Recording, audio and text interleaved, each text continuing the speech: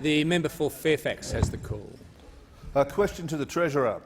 The average Australian family contributes around $20,000 a year to superannuation. A large percentage of Australians will be dead before they're eligible to use the money, Treasurer.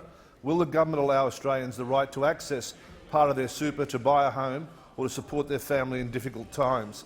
What's the point of slaving for 50 years to never enjoy the benefits of your own hard work? The Treasurer has the call.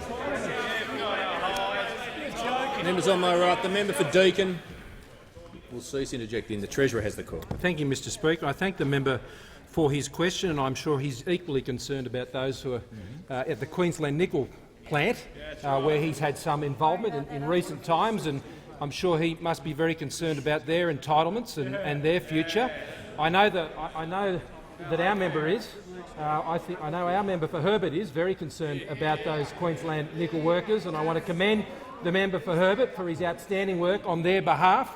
And I commend those on this side of the House, particularly the Minister for Employment, who's committed some $2.5 million to support the transition for those workers who will be affected by that plant, which the member has had some considerable involvement with. But the member asked me about issues of superannuation, and this government has been engaged in a process of ensuring that we have a retirement income system that is fit for purpose for the 21st century.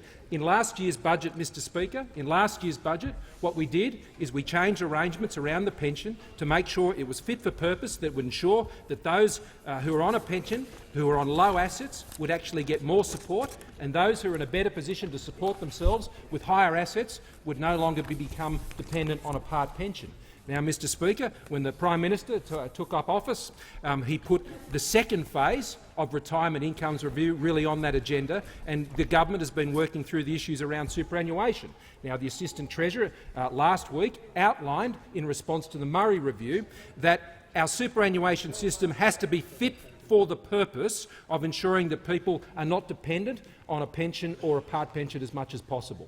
And how you frame your changes to superannuation are about that purpose. Now, those opposite have a plan to tax superannuation for no other reason than to raise revenue to chase high levels of spending, Mr Speaker. That's their plan on superannuation, just to tax it.